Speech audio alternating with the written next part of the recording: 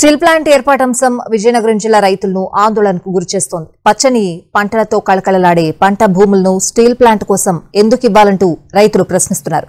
కంపెనీల భూదాహానికి తామెందుకు బలి కావాలని నిలదీస్తున్నారు ఇక్కడి రైతులు. విజయనగరం జిల్లా గుర్ల మండలంలో పంటలతో కళకళలాడే పచ్చటి పొలాలు ఇవి. ఇప్పుడు పరిశ్రమల ఏర్పాటుతో కనుమరుగు కాబోతున్నాయి.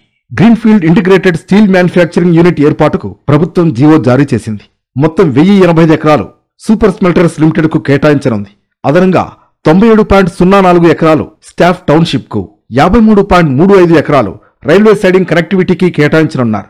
10 సంవత్సరాల పాటు 100% విద్యుత్ సుంకం మినహాయింపు, జీఎస్టీ రియంబర్స్మెంట్, స్టాంప్ డ్యూటీ మినహాయింపు, ప్లాంట్ కు నీరు, 220 kV విద్యుత్ కనెక్టివిటీతో కూడిన రాయితీలిస్తున్నట్లు ప్రభుత్వ ఉత్తర్వుల్లో పొందుపరిచారు. గుర్ల మండలంలోని జల్లా, బెల్లానపేట, దమరసింగి, మన్యపురిపేట, ఎస్ఎస్ఆర్ పేట గ్రామాల్లోని సారవంతమైన భూములలో ఈ ప్రాజెక్టును నెలకొల్పనున్నారు. మా ఆటలు వెళ్ళిపోయి మేము ఎలా బతుకుతామా? ఒక్కొక్కరికి 4-5 పిల్లలు ఉన్నారు. ఒక్కొక్కరికి 4-5 పిల్లలు ఉన్నారు. మేము ఎలా బతుకుతాం? ఎలా జీవించుతామా? మా ఇల్లు పోయి, మా భూములు పోయి, మా పొట్లు పోయి మేము ఎలా జీవించుతాం చెప్పండి. మా నాన్న కాలు రాకంటే నా చేతులు రాకంటే గొర్రెలు గొడ్డు ఉన్నారు, పిల్ల పిచ్చి ఉన్నారు, ఆవులు ఉన్నారు, గోవులు ఉన్నారు. ఎలా నటిస్తామా? ఎంతమంది జనం పోతాన్రా? మరి తిట్టమంటారు, కొట్టమంటారు. ఇప్పుడు రానేదా మేడం? మరి ఆ మేడం రాకపోతే మేము వెళ్ళము. ఇక్కడ రజనీ చేస్తాం అంతే. ఏంటి మా కాలు కడ్డలు వేస్తాను? మాకు ఎంత మనిషికి 30-40 దాని మాకు వచ్చింది. ఏ మన్ను తింటామో, ఏ గడ్డలను కూలిపోతామో, మమ్మల్ని ఇప్పుడే చచ్చిపోమంటారా? సూపర్ స్మెల్టర్స్ మొత్తం 8,570 కోట్ల పెట్టుబడితో 2 దశల్లో స్టీల్ ప్లాంట్ను నిర్మించేందుకు సిద్ధమైంది. మొదటి దశలో 1 MTPA సామర్థ్యంతో నిర్మాణం 2029 నాటికి పూర్తి చేయాలని, రెండో దశ 2032 నాటికి పూర్తి చేసి మొత్తం 2 MTPA సామర్థ్యాన్ని చేరుకోవాలని భావిస్తోంది. Super smelters limited ఆధ్వర్యాన steel plant ఏర్పాటుకు 1086 ఎకరాలు కేటాయించడంతో ఆ ప్రాంతాన్ని ఏపీ రైతు సంఘం, వ్యవసాయ కార్మిక సంఘం, సిపిఎం నాయకులు సందర్శించారు. స్టీల్ ప్లాంట్ వల్ల వచ్చే లాభనష్టాలపై చర్చించారు. కంపెనీ ప్రకటించిన ఉద్యోగాల కన్నా నష్టపోతున్న భూమి, వాటిపై ఆధారపడిన కుటుంబాలే ఎక్కువగా భావించి నిర్వాసిత రైతులు, వ్యవసాయ కార్మికులు, ఉద్యోగులు, నిరుద్యోగులతో ఉద్యమించాలని నిర్ణయించారు.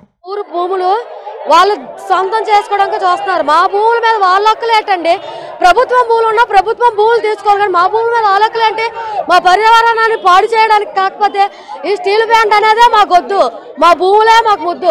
మా పంట పొలాల్లో మేము ఎంత ప్రకృతి పరంగా ఉన్నామో అంతే ప్రకృతి పరంగా ఉండాలని మేము కోరుకుంటున్నాం. ఇలాంటి స్టీల్ ప్లాంట్ అనే కంపెనీని తెచ్చి మా పర్యావరణాన్ని, మా పొల్యూషన్ చేసి మా బ్రతుకులతో ఆడుకోవడానికి చూస్తున్నారు. అలాంటి పొల్యూషన్ వచ్చే కంపెనీ అలాంటిది మాకు అవసరం లేదు. మరోవైపు వేలాది మంది నిర్వాసితులు కలెక్టరేట్ గేట్ వద్ద బైఠాయించారు. రైతులు, వ్యవసాయ కార్మికులతో పాటు యువతీ యువకులు అధిక సంఖ్యలో పాల్గొని స్టీల్ ప్లాంట్ ఏర్పాటుతో తమ జీవితాలతో ఆటలాడుకోవద్దంటూ నినాదాలు చేశారు. ప్రాణాలు పోయినా భూములివ్వం, మా ఊరు మా భూమి అనే నినాదాలతో కలెక్టరేట్ దద్దరిల్లింది. 5 పంచాయతీలు 7 గ్రామాలు కూడా భయాందోళన పడి స్టీల్ ప్లాంట్ వద్దని కోరుకుంటారు. స్టీల్ ప్లాంట్ వస్తే ఈ రోజు అక్కడ 5 పంచాయతీ గ్రామాలు 7 గ్రామాల ప్రజలు కూడా బాగా ఇబ్బందులు పడి వ్యవసాయ భూములు నాశనం అయిపోయి పొల్యూషన్కి వచ్చి కొన్ని 2-3 గ్రామాలు వెళ్ళిపోతున్నవి.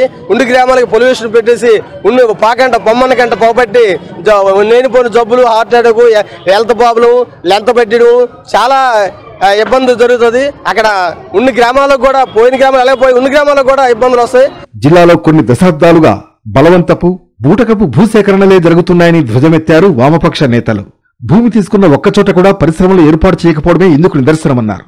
ప్రస్తుతం గుర్ర మండలంలో తలపెట్టిన కంపెనీలో 700 మందికి ఉద్యోగాలు వస్తాయని సంబంధిత కంపెనీ చెబుతోందని, ఈ పేరుతో భూములు లాగేసుకుంటే 5,000 మంది జీవనోపాధి దెబ్బతింటుందని ఆందోళన వ్యక్తం చేశారు. రైతులందరం కూడా ముక్తకంఠంతో వ్యతిరేకిస్తున్నాం. ఎందుకంటే మా పంట భూములన్నీ కూడా సంవత్సరానికి 3 పంటలు పండేటటువంటి భూములు. అలాగే ఈ భూములనే ఆధారం చేసుకుని చాలా మంది జీవనాన్ని సాగిస్తున్నారు.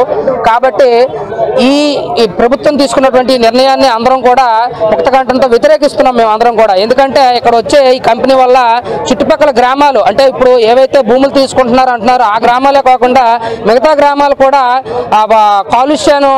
కాలుష్యానికి గురయ్యి చాలా మందికి శ్వాసకోశ వ్యాధులు గట్రా వచ్చే అవకాశం ఉంది.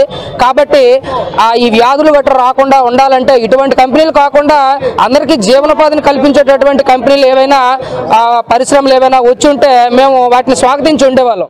ప్రైవేట్ సంస్థలకు అప్పనంగా భూములు కట్టబెట్టేందుకే ప్రభుత్వం బలవంతపు భూసేకరణకు ప్రయత్నిస్తోందని దుయ్యబట్టారు ఆందోళనకారులు. కనీసం గ్రామ సభలు కూడా పెట్టకుండా సర్వేలు చేస్తుండడం అన్యాయమన్నారు. Don't forget to like, subscribe and share the videos.